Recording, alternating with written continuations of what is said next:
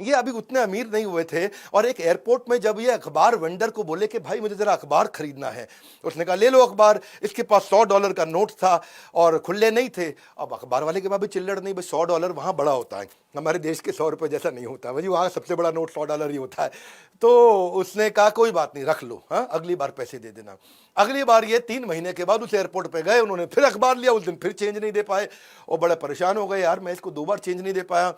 आगे चल के बिल गेट्स जब अरबपति बन गए, बहुत बड़े अरबपति बन गए, तो उनको याद आई उस अखबार वाले की और वो ढूंढते ढांढते उसी एयरपोर्ट पे खोज निकाला उस आदमी को और बोला सुनो, मैंने तुमसे 2 बार अखबार लिया था, तुम्हें पैसे नहीं दे पाया। उसने कहा हाँ ठीक बात है। बोले अब मैं दुनिया का सबसे बड़ा अरबपति हूँ, मांगो तो मुझसे क्या मांगना चाहते हो। अखबार वाले ने बोल दिया मैंने तुम्हारी तब मदद करी थी जब मैं गरीब था और तुम्हारे पास भी पैसे नहीं थे, लेकिन तुम मेरी अब मदद करने आए हो जब तुम इतने अमीर बन चुके हो, इसलिए मेरी मदद तुम्हारी मदद से ज़्यादा बड़ी है, मुझे तुमसे कुछ नहीं चाहिए। और खुददारीपन के चलते उस वेंडर ने बिल गेट्स से कुछ पैसा नहीं लिया। तो आगे चल के कुछ दिनों के बाद, हालांकि बिल गेट्स बड़े चिंतित हुए इस बात को सुन के, वो कुछ कर नहीं पाया उस वेंडर के लिए। किसी ने उनसे पूछ लिया बिल गेट्स आप सबसे अमीर आदमी हैं, क्या आपसे भी ज़्यादा अमीर कोई है? हाँ, वो अखबार का वेंडर मुझसे ज़्यादा अमीर है, क्योंकि आज भी उसके 2 अखबारों के कर्ज तले में दबा हुआ हूँ। काइंडनेस और जेंटलनेस क्लेवरनेस से पहले आती है। अगली कहानी मैं बताऊंगा। पढ़ने का इतना एडिक्शन था, एक दिन फ्लाइट में बैठे और जब फ्लाइट में बैठे तो देखो जो अच्छी सीट्स होती है ना वो आइल सीट होती है, यानी कि बाहर वाली, क्योंकि उसमें स्पेस मिल जाता है, दायां हाथ आप हिला सकते हो। उससे कमजोर सीट मानी जाती है विंडो सीट, जहां पे बायां हाथ थोड़ा बहुत हिला सकते हो पर दाईं साइड से आप फंस जाते हो।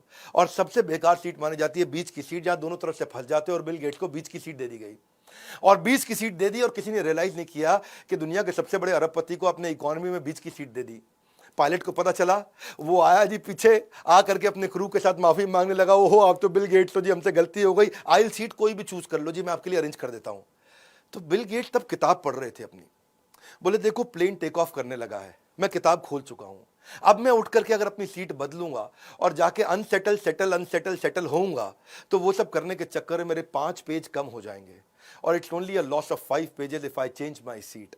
यहां रह करके भी मैंने पढ़ना है और मैं आराम से पढ़ लूंगा, अब तो मैं सेट हो चुका हूं, मुझे पढ़ने दीजिए। बिल गेट्स का इतना फोकस, लॉस ऑफ 5 पेजेस, ये मेरे लिए बड़ी इंस्पायरिंग स्टोरी थी।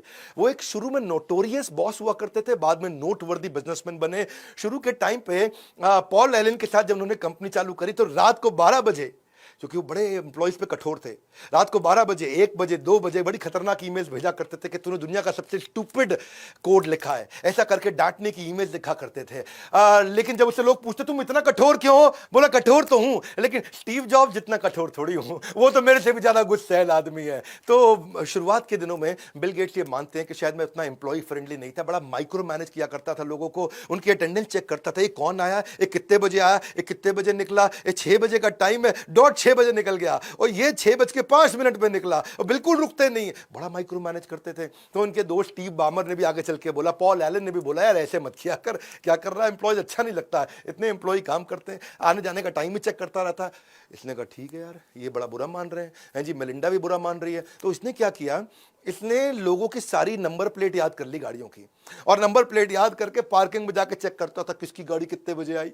आगे चल के जब इसका केबिन बड़ा हो गया तो अपनी खिड़की भी ऐसी लगा ली जिससे सारी गाड़ियों के नंबर प्लेट याद किया करता था कि कौन टाइम से आया कौन टाइम से गया, और इसको लगा कि अब तो किसी को पता भी नहीं चलेगा और मैं चेक भी कर लूंगा इस तरह। बाद में चल करके बिल गेट्स को जब रियलाइज हुआ तो उसने अपने आप को काफ़ी इंप्रूव भी किया। एक और उन्होंने हमेशा बोला है कि मैं गाली देने की बहुत आदत थी। हाँ, वो एक एफ वर्ड होता है ना गाली का, FU-K ऐसा करके एक वर्ड आता है जो गाली देते हैं लोग काफ़ी। मैं हमेशा प्रार्थना करता हूं कि हमें देश का चरित्र निर्माण करना इस चैनल पे, तो हम कोशिश करते हैं कि हम अच्छी बातें बताएं, पर बिल गेट्स मानते थे कि उनके अंदर ये कमी थी। वो हर स्पीच के अंदर, हर मीटिंग के अंदर F word FU, F this F that बहुत बोला करते थे। तो उन्होंने बाद में अपना एक सेक्रेटरी बिठा लिया कि तू गिना कर भाई कितनी बार गाली दी है, मैंने इसको कम करा दूं। वो सेक्रेटरी ने गिन के बताना शुरू किया, सबसे लोएस्ट नंबर ऑफ गाली इसने मीटिंग में 4 बार दी थी, वो उसका लोएस्ट था। लेकिन इनकी जिंदगी तब बदली जब मेलिंडा इनकी लाइफ में आ गई, जिसने उनको हायर पर्पस, हायर कॉज और जीवन के अंदर एक नाइसनेस, एक कैरेक्टर को बिल्ड करके दिखाया। और ये मेलिंडा के चलते ही आगे चल के NGO भी बनाई है।